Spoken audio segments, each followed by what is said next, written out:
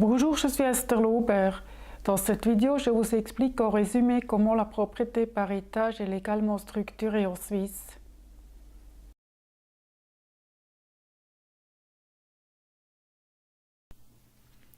Je cite l'article 641 du Code civil suisse. Le propriétaire d'une chose a le droit d'en disposer librement dans les limites de la loi. Il peut la revendiquer contre quiconque la détient sans droit et repousser toute usurpation. Je cite l'article 646 du Code civil, alinéa 1. Lorsque plusieurs personnes ont, chacune pour sa quote-part, la propriété d'une chose qui n'est pas matériellement divisée, elles en sont copropriétaires. Alinéa 2. Leurs quote-parts sont présumées égales.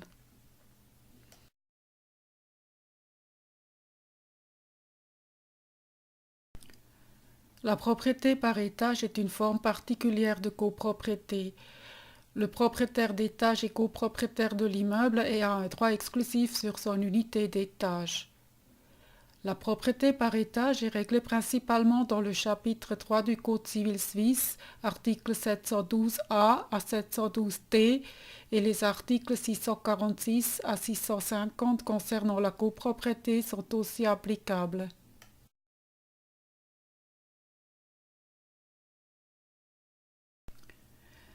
Les parts de copropriété sont constituées en propriété par étage. La propriété par étage peut être verticale ou horizontale. La partie d'étage doit former un tout disposant d'un accès propre et peut englober des locaux annexes distincts. Les lots de propriété par étage et de parties communes sont dessinés dans le cahier de répartition qui est établi par un géomètre officiel. Ce cahier contient, entre autres, le numéro de la parcelle de l'immeuble avec un plan de situation, un plan de l'élévation du bâtiment, un plan de répartition des locaux, un tableau de répartition des locaux avec les numéros des lots, les surfaces et les parts de copropriété de chaque unité d'étage, par exemple 44 millième. Le cahier de répartition est transmis au registre foncier et au cadastre et un feuillet est créé pour chaque unité d'étage. La propriété par étage est constituée par inscription au registre foncier.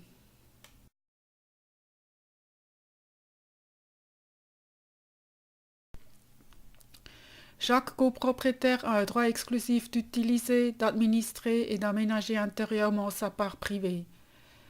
Cette utilisation a des limites. Il doit tenir compte des intérêts des autres copropriétaires et ne doit pas endommager ou modifier les parties communes.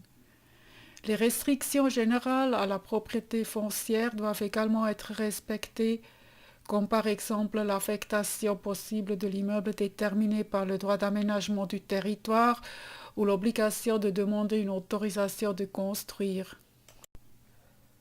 Il doit contribuer aux charges communes et aux frais de l'administration commune proportionnellement à la valeur de ses parts.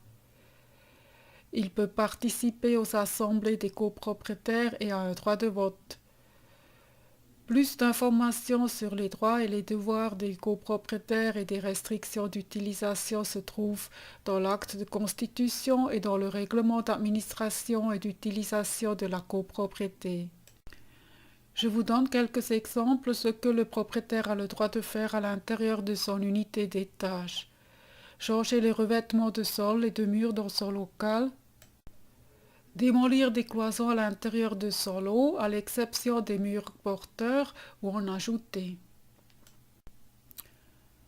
Refaire l'aménagement de la cuisine. Grever son lot d'une hypothèque, d'un droit d'habitation ou d'un droit d'usufruit. Conclure un contrat d'un droit d'option ou de préemption. Louer son bien et le faire gérer par quelqu'un de son choix.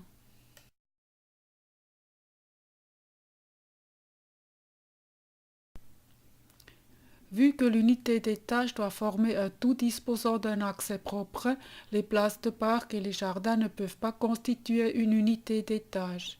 C'est la raison pour laquelle elles sont usuellement attribuées aux copropriétaires en forme de servitude d'usage.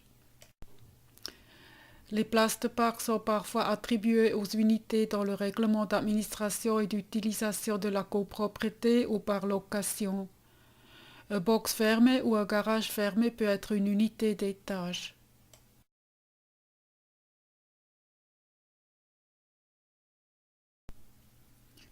Certaines parties sont obligatoirement communes, comme par exemple le bien-fond, le droit de superficie, le bâtiment et les parties élémentaires du bâtiment, la fondation, les murs extérieurs et la façade, les murs porteurs, les éléments de séparation entre deux niveaux, le toit, des conduites, ouvrages et installations concernant plusieurs unités d'étage.